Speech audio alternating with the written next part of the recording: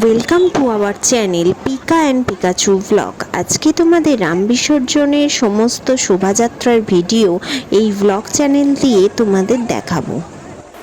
আর আমিও কি করলাম বিসর্জনে গিয়ে সেটাও কিন্তু পিকা বলে দেবে।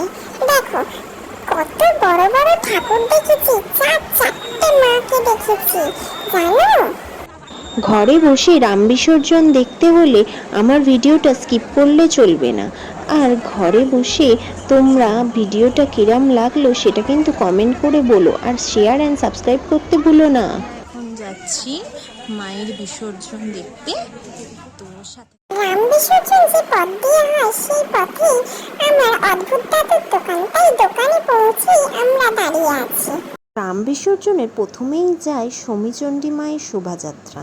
তাই দেখো আমরা বিকাল থেকে দাঁড়িয়ে থাকলেও শোভাযাত্রা কিন্তু 6টার সময় পার্বতী সিনেমার সামনে গিয়েছিল।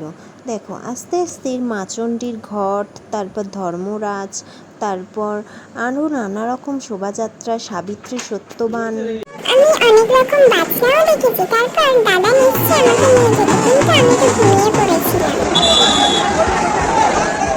আরও একটি বছরের অপেক্ষা, সবার হৃদয় ভারাক্রান্ত, এবং আরও একটি বছরের অপেক্ষা। মা গঙ্গা বক্ষের দিকে এগিয়ে যাচ্ছেন। এরপরে আসছে পুরাতন নবনারী এবং তাদের শোভাযাত্রা নিয়ে। পুরাতন নবনারী শোভাযাত্রা অন্য বছরের তুলনায় এই বছরে অনেক বেশি ছিল। দেখো এই বছরে অনেক বেশি ছিল। এবং এই বছরে বাগসারার পুরাতন নবনারীর দেখো জগন্নাথ দেব, এটাই বাগসারার পুরাতন নবনারীর ঐতিহ্য।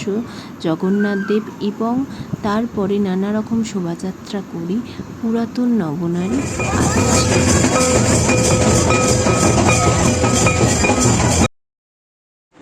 এনারা করেছিলেন মহিলা ভাগ্য, যেটা সবার নজর কেড়েছিল।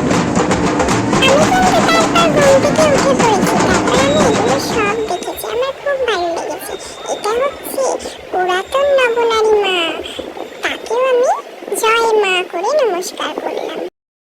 তারপর আমি মেজমণির কোলে উঠে নাচছি। আমি কিন্তু খুব আনন্দ পেয়েছি। তারপর আমি মেজমণির কোলে উঠে নাচছি, কখন নেমে যাচ্ছি দেখো। মেজমণির কোলে উঠে নাচছি।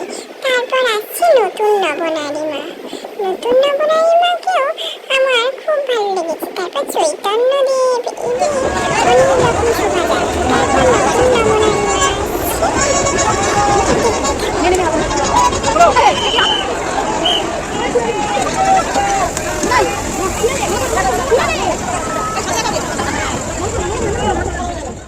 এরপর শ্রী শ্রী রামচন্দ্র আসছেন।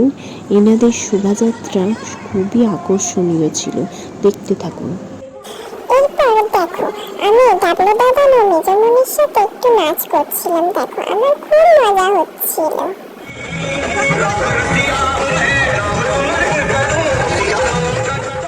রাম ঠাকুরের শোভাযাত্রার প্রথম আকর্ষণ হনুমানজি, এবং তারপরে আসছে নারায়ণ, এবং তার মাঝখানে এনারাও করেছিলেন মহিলা ঢাকি, যেটা এনাদেরও প্রধান আকর্ষণ ছিল। এবং লাস্ট প্রধান আকর্ষণ ছিল রাম মন্দির, যেটা খুব সুন্দরভাবে এনারা শোভাযাত্রার মাধ্যমে ফুটিয়ে তুলেছিলেন, যেটা দেখে সবারই একটু শিয়ারাম গানটার প্রতি সত্যি ভক্তি লাগছিল। এবং যারা নাচছিলেন তাদেরকেও খুব সুন্দর করে ওনারা গানটাও মর্ম বুঝিয়ে দিচ্ছিলেন। এরপরে শ্রী শ্রী রামচন্দ্র আসছে। প্রথমবার আমিও কিন্তু